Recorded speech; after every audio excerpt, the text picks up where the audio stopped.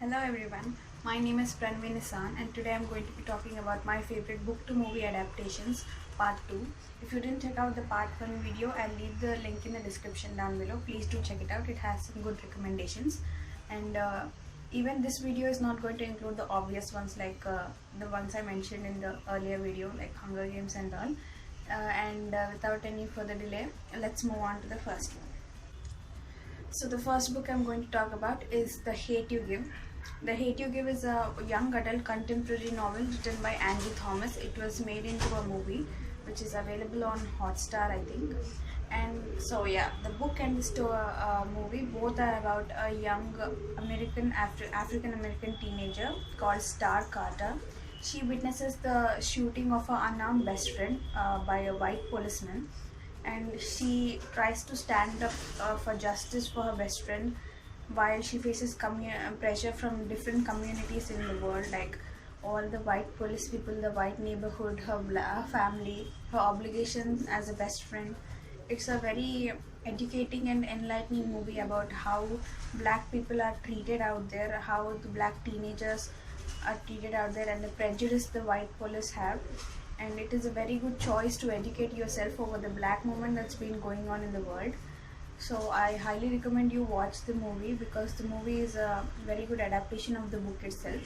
I read the book and I watched part of the movie, but as far as I watched it, I loved it, and you should check it out too.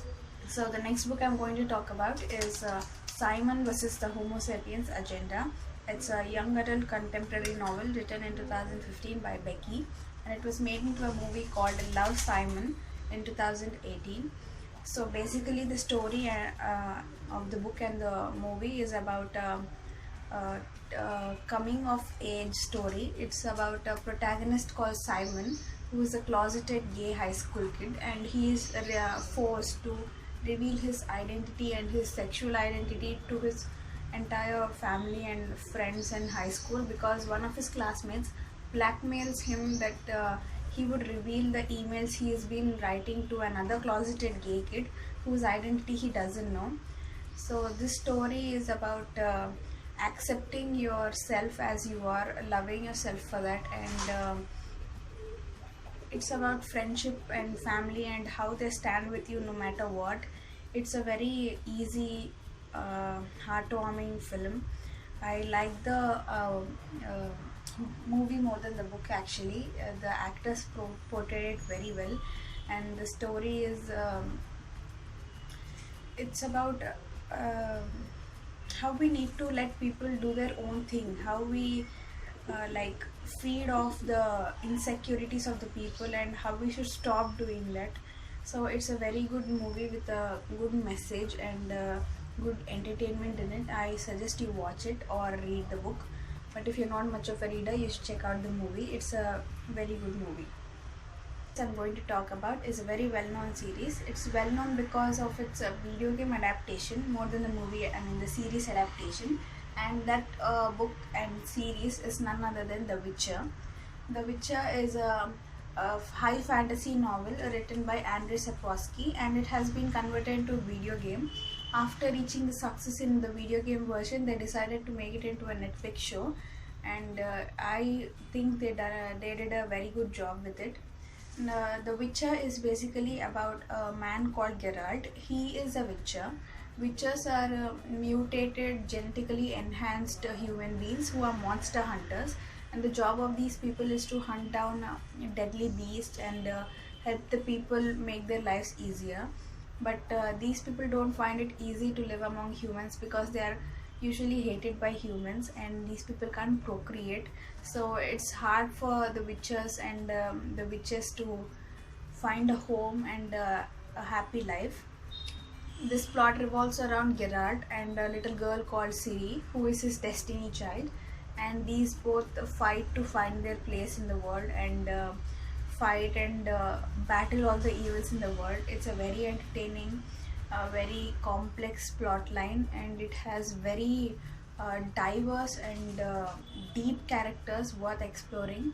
If you haven't watched or even played or read the books The Witcher, I highly recommend you do it. I read the books actually, and I loved each and every single one of them. There is a whole lot of them. It's an entire series, and I gave the entire series a 5 out of 5. The show is equally great, and it's played by Henry Cavill. Henry Cavill, if you don't know, he's the actor who plays Superman, and there can't be a better actor who can play Geralt. It's like he's born for this role, Geralt.